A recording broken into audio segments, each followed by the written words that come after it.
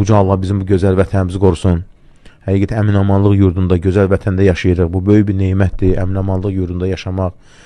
Bugün ailələrimizdə, evimizdə gözəl, rahatlıqsa, əmin-amanlıq içərisində bu ən böyük nemətdir.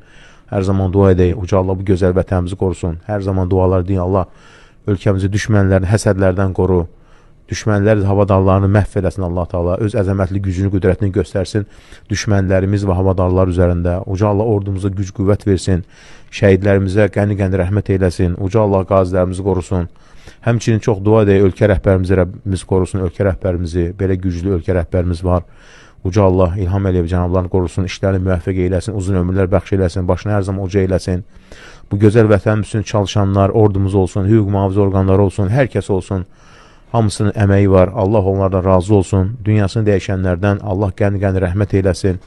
Həmçinin Uca Rəbbimiz bu gözəl vətənimizin, müstəqil Azərbaycanımızın, yəni müasir Azərbaycanımızın güclü olmasında öz əməyini, biliyini sərf etmiş mərhum Heydər Əliyev Uca Allah qəni-qəni rəhmət eyləsin, ulu öndərimizə, ruhunu şad eyləsin.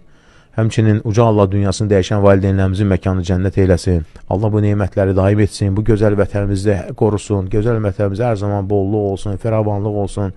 Uca Allah qorusun bu gözəl vətənimizi, xalqımızı, Allah valideynlərimizi bağışlasın, dünyasını dəyişənləri, həyatda olanları Allah qorusun, uzun ömürlü eyləsin. Allah evladlarımızı islah elə və xüsusən Fudeyl ibn Yadın duasını unutmaya, o oğlu üçün belə dua edərdi. Yəni, nadinci idi oğlu. Ey Allahım, mən evladımı islah etmək, tərbiyə etməkdə acizəm.